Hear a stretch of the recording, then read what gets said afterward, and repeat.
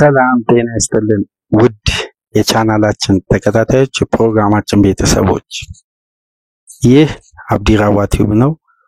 ፕሮግራማችን ላይክ በማድረግ እንድትጀምሩ አዲስ ሆናችሁ ሰብስክራይብ በማድረግ ለዚህ ቻናል ቤተሰብ እንድትሆኑ ከሀገር ውጭ የምታደምጡ ደግሞ እንደ ሁሉ ጊዜው በሱፐር ታንክስ ከኛ ጋር እንድትሆኑና ድጋፍ እንድታደርጉ በአክብሮት እየጋበዝን አሁን በዚህ ወቅት መነጋገሪያ አርዕስት ከሆኑ ጉዳዮች መካከል በመላው ዓለም በእግር ኳሱ ቤተሰብ ዘንድ በዘንድሮ የውድድር ዓመት በርከት ያሉ ትዕይንቶችን አይተን ነበር። በተለይ 2024 2025 ብዙ ተአምሮችን አይተናል። ብዙ አስደናቂ ያልተጠበቁ ውጤቶችን ክስተቶችን ባልተጠበቀ መልኩ ወይም በእግር ኳሱ ቤተሰብ ዘንድ ከተጠበቀው በላይ ወይም ከተጠበቀው በተቃራኒ እየተጠናቀቁ አብዛኛው ጨዋታዎች እንግዲህ ግርምትን እየፈጠሩ በእነዚህ ጨዋታዎች ውስጥ ደግሞ ጎልተው የሚወጡ ወጣት ተጫዋቾች ለዓለም እግር ኳስ በቀጣይ ለረጅም ጊዜ ለ10 ዓመት ለ12 ዓመት ምን ያክል በዚህ ከፍታ ላይ ሊያገለግሉ እንደሚችሉ ከወዲሁ እምቅ አቅማቸውን ችሎታቸውን ገና በለጋ ዕድሜያቸውን ማሳየት የዘንድሮ የውድድር ዓመት ሌላኛው ክስተት ሌላኛው ትዕይንት ሆኗል። ለምሳሌ በዩሮ 2024 ይቅርታ በተደረገው በጀርመን አዘጋጅነት በጀርመን በተደረገው ውድድር ክስተት የሆነው ተጫዋች የገና 16 ዓመቱ በወቅቱ የነበረ የስፔን ብሔራዊ ቡድን አባል የነበረው ላሚን ያማል ነው። ይሄ ተጫዋች እስከ ሰሚ ፋይናል የሻምፒዮንስ ሊግ እግር ኳስ ከኢንተር ሚላን ጋር እስከሚያደርጉበት የሁለተኛ ዙር ጨዋታ የ13 ግብ ትዕይንት እስከምንመለከትበት ድረስ ይሄ ተጫዋች በዓለም እግር ኳስ ለወደፊት ምን ሊያሳየን እንደሚችል መነጋገሪያ አርዕስት የነበረው ያማል ነው። ከዩሮ አሸናፊ ከሆኑ የስፔን ብሔራዊ ቡድን ውጤታማ ውድድር ጀርባ የዚህ ተጫዋች ግብ አሲስት እንቅስቃሴ ማራኪ የጨዋታ ሜዳ ውስጥ እንቅስቃሴ ሁሉ ለእግር ኳሱ ቤተሰብ ትዕይንት የነበረ የዘንድሮ የውድድር ዓመት ክስተት ከሆኑ ጉዳዮች መካከል አንዱ ይሄ ወጣት አሁን ደግሞ 17 ዓመቱን መያዝ የቻለው ላሚን ያማል ነው። ስለ ያማል አውርተን ሳንጨርስ የዘንድሮን አጋጣሚ ብዙ ብለንበት ከኤል ክላሲኮ እስከ ፍጻሜ ድረስ በኤል ክላሲኮ ጨዋታ ባርሳ በታሪኩ ከፔፕ ጋርዲዮላ በኋላ 4 ተከታታይ የኤል ክላሲኮ ጨዋታን ሲያሸንፍ ሃንሲ ፊሊክ በታሪክ የመጀመሪያው የባርሳ አሰልጣኝ ሆኖ በተሾሙ የመጀመሪያ 4 ተከታታይ ኤል ክላሲኮ ጨዋታን በሰፊ የግብ ልዩነት በማሸነፍ ታሪክ ሲጽፉ ታሪክ ሲሰሩ የዛ ቡድን አባል ሆኖ ይሄን ሚና ሲወጣ የነበረው ያማል ነው።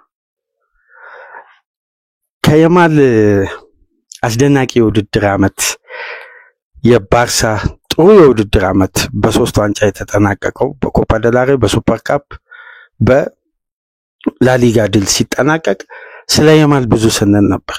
ነገር ግን ከያማል ጋር ለቀጣይ ረዘም ላለ ጊዜ በዚህ በአዲስ ጄነሬሽን ውስጥ እምቅ አቅም ይዞ በልዩ ታለንት ያውም ከእድሜው በላይ የተለየ የአጨራረስ ክህሎት ይዞ ያማልን ደግሞ ኮምፒት የሚያደርግ ያማል በስፔን ብሔራዊ ቡድን ሌላኛው ደግሞ የፈረንሳይ ብሔራዊ ቡድን ፈርጥ የሆነ የሬንስ የአካዳሚ ውጤት የና ኤድዋርዶ ካቫሚንጋ የና ኦስማን ዴምቤሌ አካዳሚ ያደጉበት ክለብ ሬንስ ውጤት የሆነው ባለፈው ሳመር ወደ ፓሪስ ሴን ጀርመን ከሬንስ የተዘዋወረው ወደ 58 ሚሊዮን ዩሮ በአጠቃላይ የተከፈለበት ወደ 47 ሚሊዮን ፓውንድ ፓሪስ ሴን ጀርመን ያወጣበት ወጣቱ አስደናቂ ሚኒ ኔይማር እያሉ የሚጠሩት የፓሪስ ሴን ጀርመን የፊት መስመር ተጫዋች ዲዝሪ ዱዌ ነው። ከእምቅ አቅም ከአማራጭ አጫወት እስከ አጨራረስ ብቃት ገና በ19 ዓመቱ ከ362 ቀናት ላይ የሚገኘው ይሄ ወጣት ተጫዋች በቻምፒየንስ ሊግ እግር ኳስ ፍጻሜ ኢንተርን ፍጹም ዶሚኔት አድርጎ ከፋይናል በላይ ከጠበቅነው የፋይናል ጨዋታ በላይ ኢንተር በሜዳ ውስጥ እንደ ተጋጣሚ ሳይሆን እንደ ትሬኒንግ ሜዳ ላይ ድሪል እንደሚሰራው እንደሚተከሉ ኮኖችም ይሄ ለተጫዋቾች ታክቲክ አሰልጣኞች በሰው አስመስለው እንደሚተክሉ ኮኖች የተቀመጡ ተጫዋቾች እስኪመስሉ ድረስ ፓሪስ ሴን ጀርሜን 5 ግብ አስቆጥሮ ፍጹም ልዩነት ወስዶ ሲያሸንፍ በዚህ ድል ውስጥ ደግሞ ነጥሮ መውጣት የቻለው በፍጻሜ አዳዲስ ሪካርዶችን ያስመዘገበ የመጀመሪያ ወጣት ተጫዋች በሻምፒየንስ ሊግ ፍጻሜ 2 ግብ አስቆጥሮ 1 አሲስት ያደረገ በታሪክ በ3 ግቦች ላይ ቀጥተኛ ተሳትፎ ማድረግ የቻለ ገና 20 ዓመት ያልሞላው ብቸኛ በሻምፒየንስ ሊግ እግር ኳስ አዲግ ታሪክ ሲጽፍ የዲዝሪ ዱዌ የዝውውር ሂደት እስከዛች ምሽት ድረስ ፓሪስ ሴን ጀርሜን ዶሚኔት አድርጎ የዘንድሮ የውድድር ዓመትን በአራትዮሽ ድል እስከሚያጠናቅቅ ድረስ የዚህ ተጫዋች የዝውውር ሂደት በተለይ ወደ ኋላ መለስ ብላችሁ ኦክቶበር ወር አካባቢ ብትመለከቱ የባከነው ሌላኛው የፓሪስ ሴን ጀርሜን የዝውውር ሂደት ተብሎ በፈረንሳይ ሚዲያ ይብጠለጠል ነበር። ከ8 ወር በፊት ዴምቤሌ ወደ አርሴናል በሚደረገው ጉዞ በሻምፒየንስ ሊግ በአዲሱ ፎርማት በተዘጋጀው ውድድር ላይ በኤምሬትስ በሚደረገው ጨዋታ ዴምቤሌ በዲሲፕሊንና ራስን ለጥረት ለትጋት ባለማዘጋጀት በሚል ኤንሪኬ ከስብስቡ ውጭ አድርገውት ሄዱ። ዲዝሪ ዱዌ የዴምቤሌን ቦታ እንዲተካ ኃላፊነት ተሰጠው። በጨዋታው በሌኪፕ 3.1 ሬት ተሰጥቶት ዝቅተኛ የደከመ እንቅስቃሴ የተባለ ተጫዋች ነበር። የዛሬ 8 ወር ነው ምላችሁ። ዛሬ ላይ ግን ዓለም እየተነጋገረ ያለው ስለዚህ ወጣት አስደናቂ ተጫዋች ነው። የሉዊስ ኤንሪኬ ታክቲክ ከቀየራቸው ተጫዋቾች መካከል አንዱ ዱዌ ነው። የምታስታውሱ ከሆነ በሳመር የዝውውር መስኮት ባየር ሙኒክን ጨምሮ አርሴናል፣ ሊቨርፑል፣ ሲቲ ይሄን ተጫዋች ከሬንስ ለማምጣት በቀጥታ የተጫዋቹን ኤጀንትንም ክለቡንም አናግረዋል። ግን ተጫዋቹ የመረጠው ፒኤስጂን ነበር። በምርጫው ሳይሳሳት በእድገቱ ውጤታማ እንደሚሆን ያመነበት የሉዊስ ኤንሪኬ ፕሮጀክት እንግዲህ በፋይናል ነው የካሰው ይሄን ወጣት ተጫዋች። ስለ ዲዝሪ ዱዌ በዚህ ፕሮግራም እናነሳለን። ስለዚህ ለወደፊት ትልቅ ደረጃ ሊደርስ የሚችል ከወዲሁ ያለውን አቅም በፍጻሜ ያሳየ ከጥሎ ማለፍ ጨዋታ ጀምሮ በልዩነት በፎልስ ናይን በቀኝ ዊንግ በግራ ዊንግ ሮቴት በሚያደርጉ በፓሪስ ሴን ጀርሜን የፊት መስመር አስፈሪ 3 አጥቂዎች ውስጥ አንዱ ራሱን በልዩነት ማግኘት የቻለ ባለፈው ሳመር በተደረገው የኦሎምፒክ ውድድር ላይ ለሀገሩ ፈረንሳይ ከቴሪ ሄንሪ ጋር በመሆን ፍጻሜ ደርሰው እንግዲህ በፍጻሜ መሸነፋቸው ይታወሳል። በዛ የስብስብ ውስጥ መካተት የቻለ ለፈረንሳይ ብሔራዊ ቡድን የመጀመሪያ ጥሪውን በቅርብ ማግኘት የቻለው ይሄ ወጣት ተጫዋች ምን አይነት የውድድር ጊዜ በፔዥ አሳለፈ የሚለውን በዚህ ፕሮግራም ሰፋ ባለ መልኩ አንስተን እንወያያለን። ስለ ዲዝሪ ዱዌ ይሆናል መነጋገሪያ አርዕስታችን። ጨዋታው በመጀመሪያ 20 ደቂቃ ፓሪስ ሴን ጀርሜን 2 ሲያስቆጥር አንዱን በዱዌ አንዱን በሐኪሚ በሁለቱም ግብ ላይ ቀጥተኛ ተሳትፎ ነበር። በሻምፒየንስ ሊግ እግር ኳስ ታሪክ በእንዲህ መልኩ ፈጣን አጀማመር ከረፍት በፊት በዚህ እድሜ 2 ግብ ላይ ቀጥተኛ ተሳትፎ ያደረገ በፍጻሜ በ19 ዓመት ከ362 ቀን ላይ በቀጥታ 2 ግቦች ላይ የተሳተፈ ብቸኛ ተጫዋች በታሪክ ተብሎ ሳያልቅ ነው እንግዲህ 62ኛ ደቂቃ ላይ ከቪቲኛ የተሰጠውን ኳስ ያጨራረስ ክህሎቱን ባሳየ መልኩ ሱመር ያጠበባትን የግብ አንግል ተጠቅሞ ነው ማስቆጠር የቻለው። እዚህ ተጫዋች ውስጥ ያየነው እምቅ አቅም በቀጣይ በዓለም እግር ኳስ ከፍ ብሎ ሊታይ የሚችለው የባርሳው ወጣት ጋር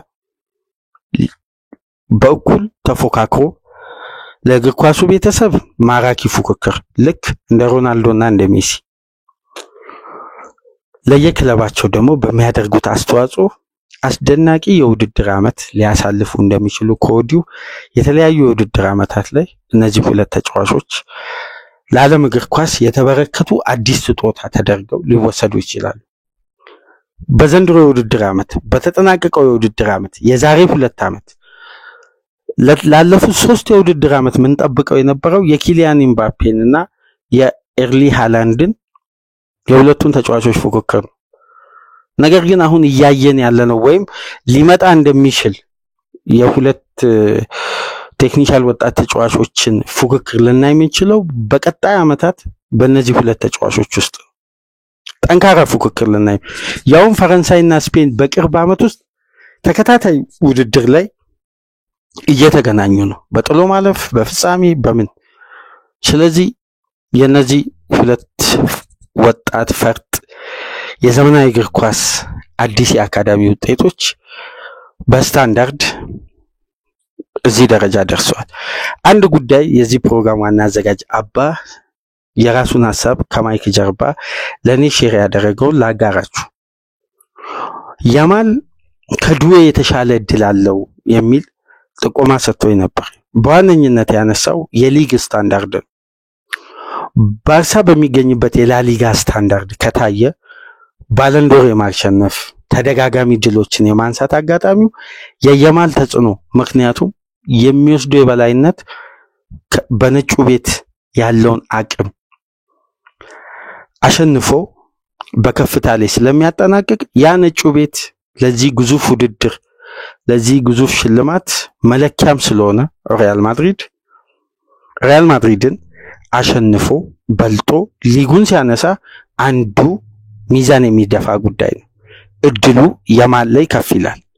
በተጨማሪም የሚወዳደርበት የውድድር አይነት ላሊጋው ካለው ስምና በተለይ በአምስቱ ትላልቅ ሊጎች ውስጥ የላሊጋ ስታንዳርድ ሲታይ የፓሪስ ሴን ጀርሜን ደግሞ ሊጋ አ ውስጥ መገኘቱና ቀሪ ተፎካካሪ ክለቦች ያላቸው አቅምና የፓሪስ ሴን ጀርሜን ስታንዳርድ ተመጣጣኝ ባለመሆኑ በሊግ ጨዋታ መለኪያ ከሆነ የያማል ቀጣይ ጊዜያት ዱዌን የመርታት አቅም ከፍ ይላል ማለት ነው።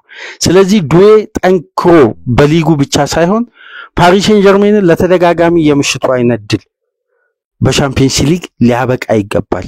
ይሄ ቀጣይ የተጫዋቹ የረጅም ጊዜ ህልሙ በእነዚህ ትላልቅ ሽልማቶች በነዛ ትላልቅ እግር ኳስ ተጫዋቾች ተርታ መሰለፍና ስሙ እንዲጠራ ከተፈለገ በሊጋ ስለሚፈጥረው ተጽዕኖ ሳይሆን በሻምፒየንስ ሊግ እግር ኳስ የሚፈጥረው ተጽዕኖ የላቀ ድርሻ ይዛልና ዱዌ ትልቅ ኃላፊነት ትልቅ ስራ ጫና ያለበት ዱዌ ላይ ይሆናል። ይሄ ተጫዋች ታዲያ ከሉዊስ ኤንሪኬ ጋር ጠንክሮ በመስራት ምን አይነት ያጭር ጊዜ ለውጥ በእግር ኳስ ህይወት ውስጥ እንዳመጣ ነው የምንመለከተው።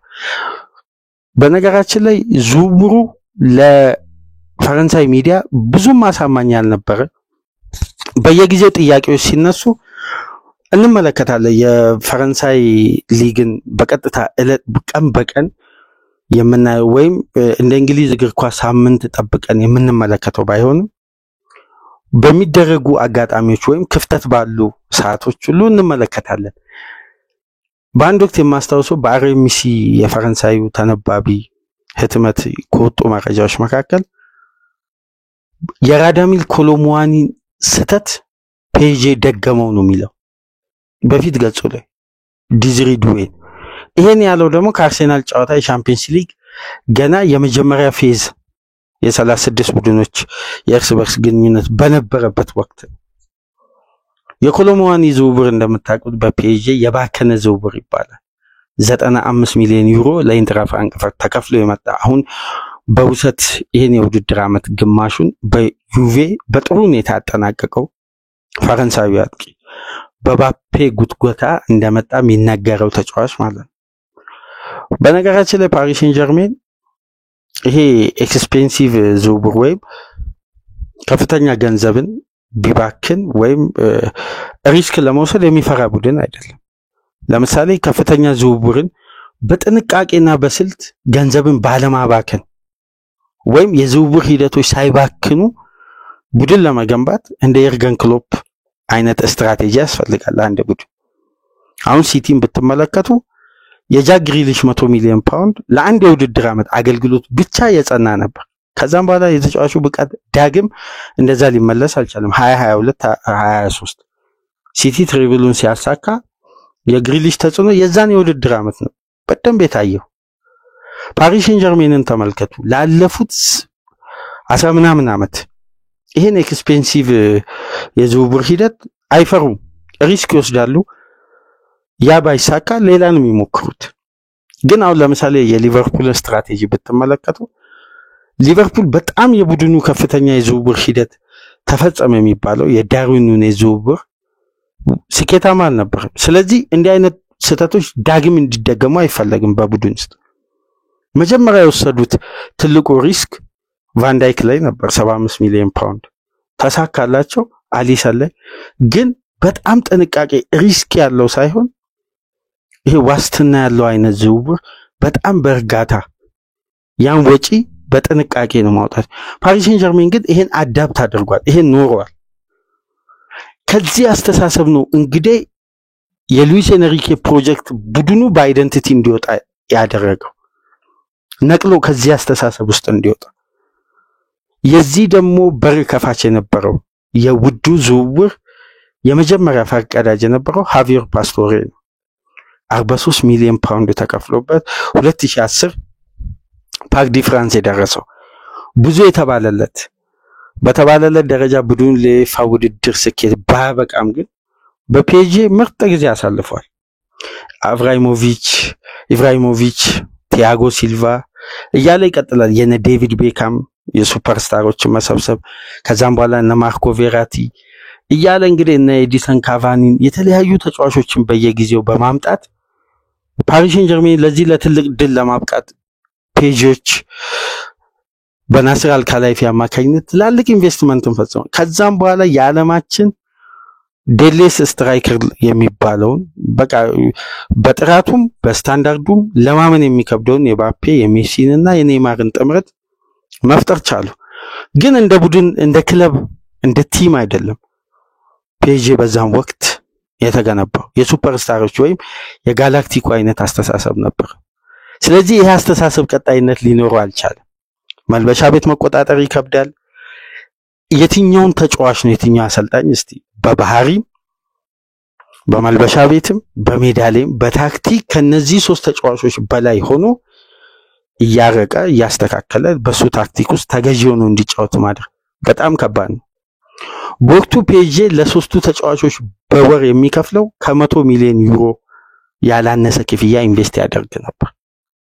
በዚህ ደረጃ ነው እንግዲህ ፔጄ የፋይናንስም ስርዓት ቀውስ ውስጥ ገብቶ ገንዘብ በከፍተኛ ሁኔታ ኢንቨስት ተደርጎ ውጤት የለም። በኢሮፒያን ውድድር 12 ነው 13 ጊዜ የሊግ 1 ዋንጫ ከ2010 ጀምሮ ማሸነፍ ቻለ ቡድኑ 10 ጊዜ ምናምን መሰለኝ። ከዛ የዘለለ ትልቅ ነገር የፔጄ የሊግ 1 ችግር አይደለም፣ በአውሮፓ ስታንዳርድ ገናና የሆነ ክለብን መገንባት ነው። ይሄን ፕሮጀክት እንግዲህ ለማምጣት ከ2010 የተጀመረው ኢንቨስትመንት 2025 ላይ ነው ሉዊስ ኤንሪኬ አምና በፓርክ ዲ ፍራንስ ከደረሰ በኋላ የፕሮጀክት የአይደንቲቲ የስትራክቸር ምን አይነት ቡድን ምን አይነት መልክ ያለው የራሱ አይደንቲቲ የራሱ የጨዋታ ቅርጽ ቱሄል መጡ 3-4-3 ክሪስቶፈር ማን ነው የሚባሉ አንድ ፈረንሳዊ አሰልጣኝ መጡ። በሊጋ ጥሩ ፉትቦል ይጫወታሉ ተብሎ በባፔ ምክር የመጡ ሞሪሲዮ ፖቼቲኖ ያልመጡ ታክቲሻን አሰልጣኞች አሉ ከነ ኡናይ ኤምሬ ጀምሮ።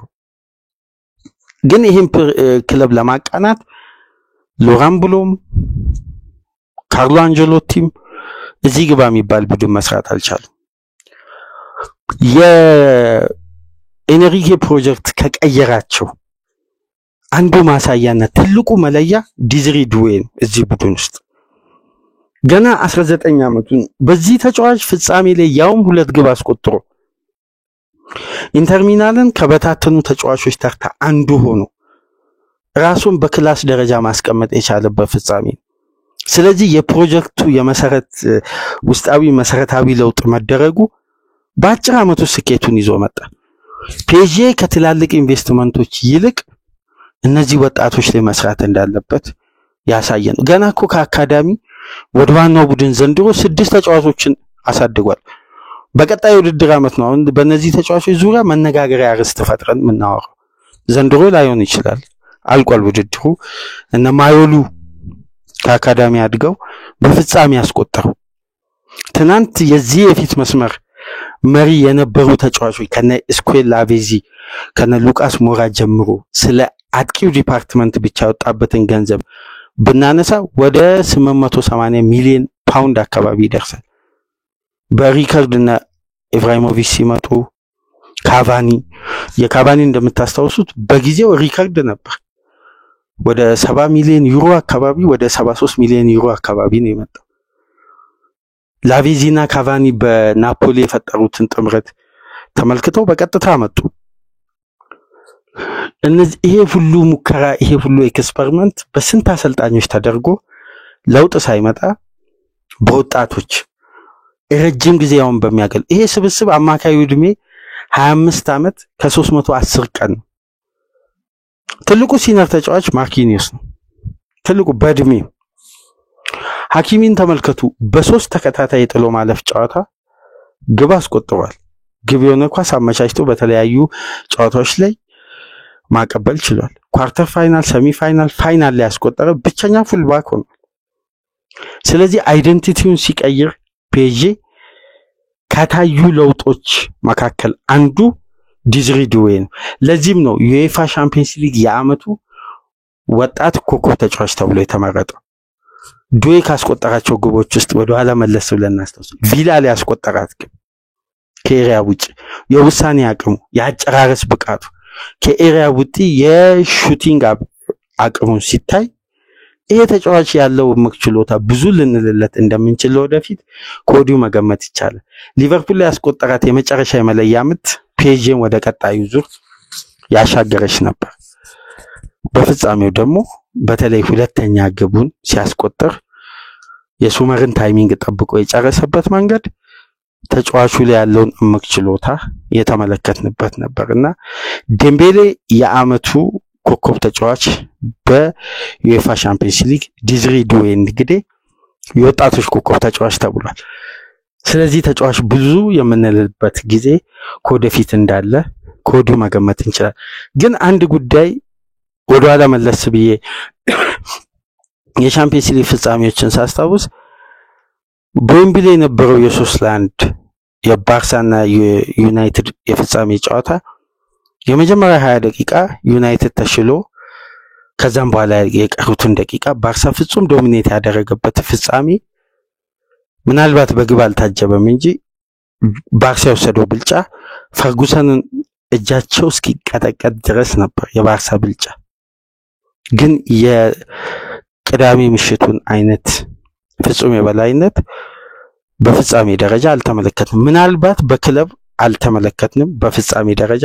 በብሔራዊ ቡድን ግን ልክ የኤንሪኬ ሀገር ስፔን ጣሊያን ላይ ወሰደችው አይነት ፍጹም የበላይነት ዩሮ 2012 አልባ፣ ዳቪድ ሲልቫ፣ ቶሬስ እና ማታ ያስቆጠሩበት የ4-0 የዩሮ 2012 ፍጻሜ ግን የቅዳሜው ምሽት ፍጹም የተለየ ነው።